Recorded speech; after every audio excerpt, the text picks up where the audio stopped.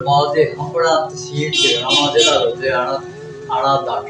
ਹਾਂ ਕਿੱਦਾਂ ਦਾ ਉੱਥੇ ਤੁਹਾਡਾ ਵਸੇਬ ਸੀ? ਆਹੋ ਉਹ ਲੱਭਣਾ ਹੀ ਨਹੀਂ ਮੁੜ ਕੇ।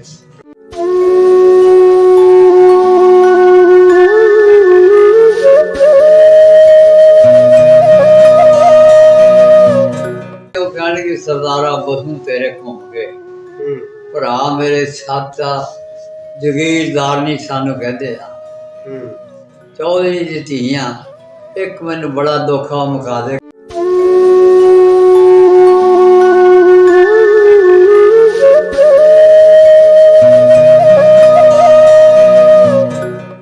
ਤੜਕੇ ਦੇ ਟਾਈਮ ਤੇ ਸੁਰ ਲਾਉਂਦਾ ਮੈਂ ਕੋਲਾ ਹੋਏ ਵੀ ਇਹਨੇ ਜਾਗਦੀ ਧੱਕੇ ਮਾਰੇ ਇੱਕ ਤੇ ਦੋ ਪਹਿਲਾਂ ਕੋਲਾ ਹੱਥ ਪਈ ਫੇਰ ਪੈਂਦੀਆਂ ਰੋ।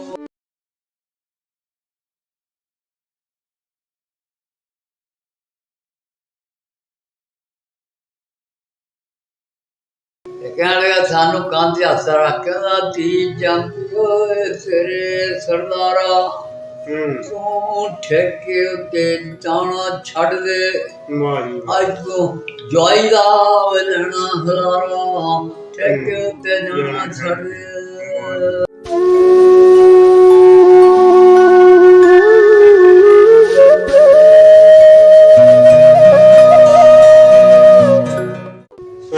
ਕੋਈ ਸਾਡੇ ਬਜ਼ੁਰਗਾਂ ਨੇ ਬੜਾ ਸੋਹਣਾ ਵਕਤ ਪਾਸ ਕੀਤਾ। ਸਾਰਾ ਉੱਪਰਲਾ ਇਲਾਕਾ ਸਿੱਖਾਂ ਦਾ ਸੀ। ਸਾਡਾ ਬਹੁਤ ਬੜਾ ਪਿੰਡ ਸੀ ਹੰਬੜਾ, ਮੁਸਲਮਾਨਾਂ ਦਾ ਪਿੰਡ ਸੀ। ਬਾਹਮਣ ਬਹੁਤ ਸੀ, ਇੱਕ ਬਦਾੜ ਹੀ ਬਾਹਮਣਾਂ ਦਾ ਸੀ।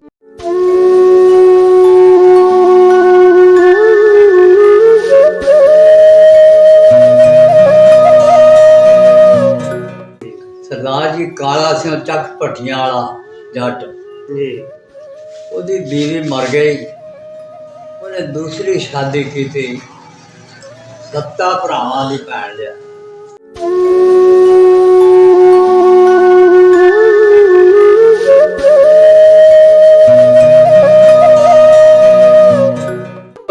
ਦੇ 25 ਬੜੇ ਦੀ ਉਹਦੀ ਉਮਰ ਹੋ ਗਈ ਮੁੰਡੇ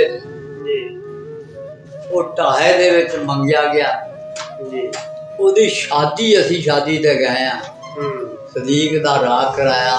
ਸਦੀਕ ਜਿਹੜਾ ਇੱਥੇ ਅਸਲਿੰਗ ਤੋਂ ਕਰ ਰਿਹਾ। ਹਾਂ ਸ਼ਰੀਫ ਤੇ ਸਦੀਕ ਔਰ ਰਾਪੜ ਜ਼ਿਲ੍ਹਾ ਜਲੰਧਰ ਦਾ ਰਹਿਣ ਵਾਲਾ ਸੀ।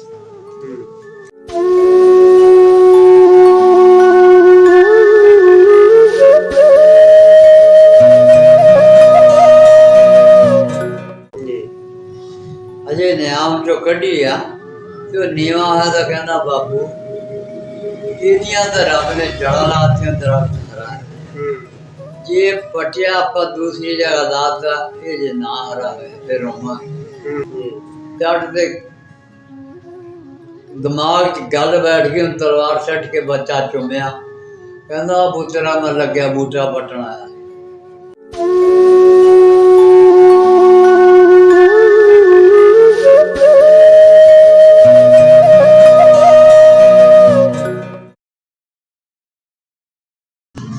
अस्सलामुअलैकुम जी।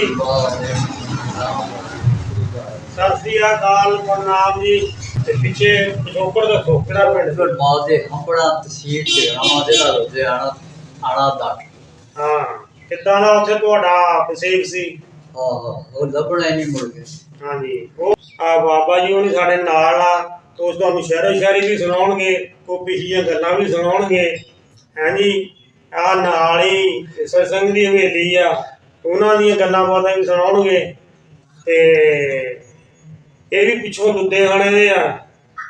ਉਹ ਅਸੀਂ ਤੁਹਾਡੇ ਨਾਲ ਗੱਲਾਂ ਕਰ ਰਹੇ ਤੇ ਸਾਨੂੰ ਮੈਂ ਹੁਣ ਬੋਲਣਾ ਬੋਲਣਾ ਕੋਈ ਨਹੀਂ, ਤੁਹਾਨੂੰ ਹਾਈ ਉੱਥੇ ਹੀ ਘੁਮਾਉਣਾ ਪਿੱਛੇ ਹੰਬੜਾ ਜੀ, ਉਸ ਤੋਂ ਬਾਅਦ ਇੱਥੇ ਲੈ ਕੇ ਆਉਣਾ। ਹਾਲੇ ਹੰਬੜਾ ਹੀ ਚੱਲੋ।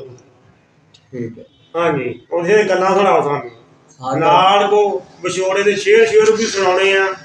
ਹਾਂਜੀ ਕੋਈ ਸਾਡੇ ਬਜ਼ੁਰਗਾਂ ਨੇ ਬੜਾ ਸੋਹਣਾ ਵਕਤ ਪਾਸ ਕੀਤਾ। ਸਾਰਾ ਉੱਪਰਲਾ ਇਲਾਕਾ ਸਿੱਖਾਂ ਦਾ ਸੀ। ਸਾਡਾ ਬਹੁਤ ਬੜਾ ਪਿੰਡ ਸੀ ਹੰਬੜਾ, ਮੁਸਲਮਾਨਾਂ ਦਾ ਪਿੰਡ ਸੀ। ਬਾਹਮਣ ਬਹੁਤ ਸੀ, ਇੱਕ ਬਦਾੜ ਹੀ ਬਾਹਮਣਾਂ ਦਾ ਸੀ ਦੁਕਾਨਾਂ ਵਾਲੇ। ਵਾਹ ਜੀ ਵਾਹ। ਇਹਨਾਂ ਸਿੱਖਾਂ ਗੁਆਂਢੀਆਂ ਨਾਲ ਮੁਰੱਬੇ ਵਾਲਿਆਂ ਨਾਲ ਦੇ ਪਿੰਡਾਂ ਵਾਲਿਆਂ ਨਾਲ ਬਹੁਤ ਦੋਸਤੀ ਜਾਰੀ ਹੋ ਗਈ। ਉਹਨਾਂ ਦੇ ਵਿਆਹ ਸ਼ਾਦੀਆਂ ਵੀ ਜਾਂਦੇ ਸੀ। ਉਸ ਇਲਾਕੇ ਦਾ ਇੱਕ ਮਸ਼ਹੂਰ ਵਾਕਿਆ ਸੁਣਦੇ ਹੁੰਦੇ ਹਾਂਜੀ ਸਰਦਾਰ ਜੀ ਕਾਲਾ ਸਿੰਘ ਚੱਕ ਭੱਟੀਆਂ ਵਾਲਾ ਜੱਟ ਜੀ, ਉਹਦੀ ਬੀਵੀ ਮਰ ਗਈ। ਉਹਨੇ ਦੂਸਰੀ ਸ਼ਾਦੀ ਕੀਤੀ 7 ਭਰਾਵਾਂ ਦੀ ਭੈਣ ਲਿਆ। ਜੀ ਪਹਿਲੀ ਬੀਵੀ 'ਚ ਇੱਕ ਬੱਚਾ ਸੀ।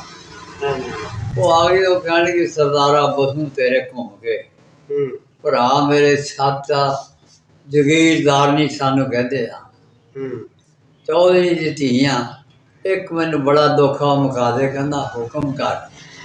ਕਹਿੰਦੇ ਆ ਸ਼ਰੀਕੀ ਦਾ ਬੱਚਾ ਮਾਰ। ਕਹਿੰਦਾ ਕੋਈ ਗੱਲ ਨਹੀਂ, ਮਾਰ ਦਿਆਂਗੇ। ਤਲਵਾਰ ਲੈ ਕੇ 4 ਹਲ ਸੀ ਉਹਦੇ, ਉਹ 200 ਘੁਮਾਉਣ ਦਾ ਮਾਲਕ ਸੀ। ਉੱਥੇ ਚਲਾ ਗਿਆ, ਹਲ ਚਲਾ ਦਿੱਤੇ, ਉੱਥੇ ਕਈ ਲੈ ਗਿਆ, ਨਾਲ ਰੱਖ ਦਿੱਤੀ, ਨਾਲ ਤਲਵਾਰ ਲੈ ਗਿਆ। ਆਪਣੇ ਬੇਟੇ ਨੂੰ ਕਹਿੰਦਾ ਜਸਵੀਰ ਬੇਟਾ ਪੁੱਤਰਾ ਕਿ ਤੂੰ ਕਹੀ ਸੱਚ ਵੀ ਤੂੰ ਕਹੀ ਲੈ ਕੇ ਆਈ ਮੇਰੇ ਪੇ। ਉਹ ਚਲਾ ਗਿਆ। ਕਹਿੰਦਾ ਉਹ ਜਿਹੜਾ ਬੂਟਾ ਨਾ ਦਰਖਤ ਦਾ ਟਾਹਲੀ ਦਾ, ਇਹਨੂੰ ਪੱਟ ਕੇ ਫਲਾਣੇ ਜਾ ਕੱਢ ਦੇ। ਉਹ ਜਦੋਂ ਕਹੀ ਲੈ ਕੇ ਗਿਆ ਤੇ ਜੱਟ ਨੇ ਦਰਖਤ ਦੇ ਉਹਦੇ ਕਾਲਾ ਸਿੰਘ ਤਲਵਾਰ ਰੱਖੀ। ਉਹ ਤਲਵਾਰ ਲੈ ਕੇ ਉਹਨੂੰ ਮਾਰਨ ਆਇਆ। ਅਜੇ ਨਿਆਮ ਚੋਂ ਕੱਢੀ ਆ ਤੇ ਉਹ ਨੀਵਾਂ ਹੈ ਤਾਂ ਕਹਿੰਦਾ ਬਾਬੂ ਇਹਦੀਆਂ ਤਾਂ ਰੱਬ ਨੇ ਜੜ੍ਹਾਂ ਲਾਤੀਆਂ ਦਰਖਤ ਹਰਾ, ਜੇ ਪਟਿਆ ਆਪਾਂ ਦੂਸਰੀ ਜਗ੍ਹਾ ਦਾਤਾ, ਇਹ ਜੇ ਨਾ ਹਰਾ ਹੋਇਆ ਫਿਰ ਰੋਵਾਂ ਪਛਤਾਵਾ ਹੋਏਗਾ ਕਿ ਲੱਗਿਆ ਬੂਟਾ ਕਿਉਂ ਪੱਟਦੇ। ਜੱਟ ਦੇ ਦਿਮਾਗ 'ਚ ਗੱਲ ਬੈਠ ਗਈ। ਹੁਣ ਤਲਵਾਰ ਛੱਡ ਕੇ ਬੱਚਾ ਚੁੰਮਿਆ। ਕਹਿੰਦਾ ਪੁੱਤਰਾ ਮੈਂ ਲੱਗਿਆ ਬੂਟਾ ਪੱਟਣ ਆਇਆ। ਅੱਲਾ ਤੈਨੂੰ ਬਾਗਰੂ ਕਹਿੰਦਾ ਜ਼ਿੰਦਗੀ ਲੰਮੀ ਦੇ ਦੇ। ਤੂੰ ਬਾਤ ਗੱਲ ਕੀਤੀ ਮੇਰੇ ਸੀਨੇ 'ਚ ਬਹਿ ਗਈ।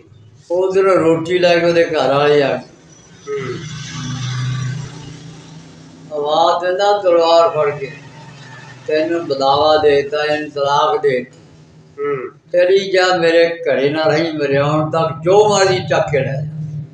ਅਗਰ ਮੇਰੇ ਹੁੰਦੇ ਆ ਗਈ ਮੈਂ ਕੀਮਾ ਕਰਨਾ ਤਲਵਾਰ ਨਾਲ ਮੇਰਾ ਬੂਟਾ ਪੱਟਣ। ਇਲਾਕੇ 'ਚ ਧੁੰਮ ਪੈ ਗਈ, ਲੋਕ ਦੇਖਣ ਆਉਂਦੇ ਸੀ ਕਾਲਾ ਸਿਆਣ ਕੀ ਹੋਇਆ ਕਿ ਜਾਂ ਹਾਜ਼ਰ। ਬਜ਼ੁਰਗ ਦੱਸਦੇ 25 ਬੜੇ ਦੀ ਉਹਦੀ ਉਮਰ ਹੋ ਗਈ ਮੁੰਡੇ ਦੀ। ਉਹ ਢਾਹੇ ਦੇ ਵਿੱਚ ਮੰਗਿਆ ਗਿਆ। ਉਹਦੀ ਸ਼ਾਦੀ, ਅਸੀਂ ਸ਼ਾਦੀ ਤੇ ਗਏ ਆ। ਸਦੀਕ ਦਾ ਰਾਹ ਕਰਾਇਆ। ਸਦੀਕ ਜਿਹੜਾ ਇੱਥੇ ਆਪਣੀ ਤੋਂ ਕਰ ਰਿਹਾ। ਹਾਂ ਸ਼ਰੀਫ ਤੇ ਸਦੀਕ ਔਰ ਰਾਪੜ ਜਿਹੜਾ ਜਲੰਧਰ ਦਾ ਰਹਿਣ ਵਾਲਾ ਸੀ। ਕੌਣ? ਸਦੀਕ ਰਾਗੀ। ਅੱਛਾ। ਉਹਨੇ ਉੱਥੇ 3 ਦਿਨ ਰਾਹ ਕਰਾਇਆ। ਉਧਰ ਸਾਡਾ ਮਾਹੌਲ ਸੀ, ਵਿਆਹ ਸ਼ਾਦੀ ਉੱਥੇ ਰਾਹ ਕਰਾਉਂਦੇ ਜੀ। ਤੇ ਕਾਲਾ ਸਿਆਂ ਦੀ ਖੁਸ਼ੀ ਨਾ ਰਹੀ। ਕਹਿਣ ਲੱਗਿਆ ਮਰਿਆ ਪੁੱਤਰਾ ਜਿਹੜੀ ਬੂਟੇ ਲੱਗੇ ਦੀ ਜੜ ਮੈਂ ਪੱਟਣ ਲੱਗਿਆ ਸੀ, ਤੇਰੀ ਬਾਤ ਨੇ ਉਹ ਵਿਚਾਰੇ ਜੀ। ਇੱਕ ਹੋਰ ਬਾਤ ਸੁਣਾ ਸੀ, ਇੱਕ ਸਿੱਖ ਸ਼ਰਾਬਾਂ ਪੀਂਦਾ ਹੁੰਦਾ ਸੀ ਬਹੁਤ ਜ਼ਿਆਦਾ ਜੀ।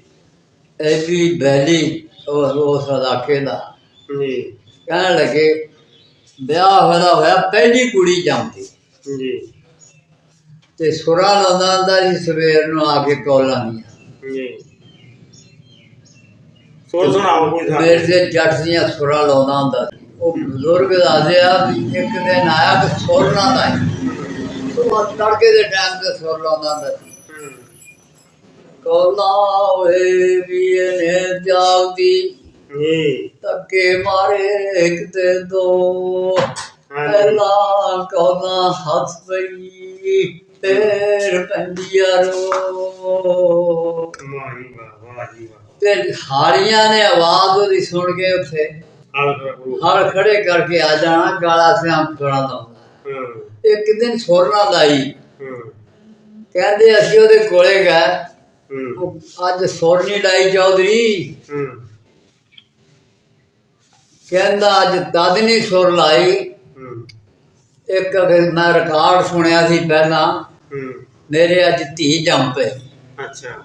ਤੇ ਕਹਿਣ ਲੱਗਾ ਸਾਨੂੰ ਕੰਨ 'ਚ ਹੱਥ ਰੱਖ ਕਹਿੰਦਾ ਤੀ ਜੰਪਿਓ ਤੇਰੇ ਸਰਦਾਰਾ ਤੂੰ ਠੇਕੇ ਉੱਤੇ ਜਾਣਾ ਛੱਡ ਦੇ ਵਾਹ ਜੀ ਵਾਹ। ਅੱਜ ਤੋਂ ਜਵਾਈ ਦਾ ਵੇਲਣਾ ਹਲਾਰਾ ਠੇਕੇ ਉੱਤੇ ਜਾਣਾ ਛੱਡ ਦੇ ਵਾਹ ਜੀ ਵਾਹ। ਐਸੇ ਐਸੇ ਬਦਮਾਸ਼ ਧੀਆਂ ਜੰਮੀਆਂ ਗੈਰ ਦਿਖਾਤੀ ਬਦਮਾਸ਼ੀ ਛੱਡ ਗਏ।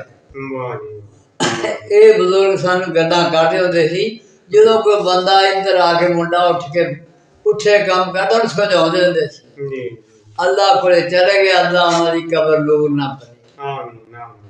ਤੇ ਸਰਦਾਰ ਜੀ ਈਸ਼ਰ ਸਿੰਘ ਜਿਹੜੇ ਹਾਤਿਆਂ 'ਚ ਅਸੀਂ ਬੈਠੇ ਹਾਂਜੀ। ਆ ਘਰ ਵੀ ਉਹਦਾ ਹੀ ਸੀ। ਆ ਵੀ ਹਾਤਾ ਉਹਦਾ, ਨਾਲ ਦਾ ਵੀ ਉਹਦਾ।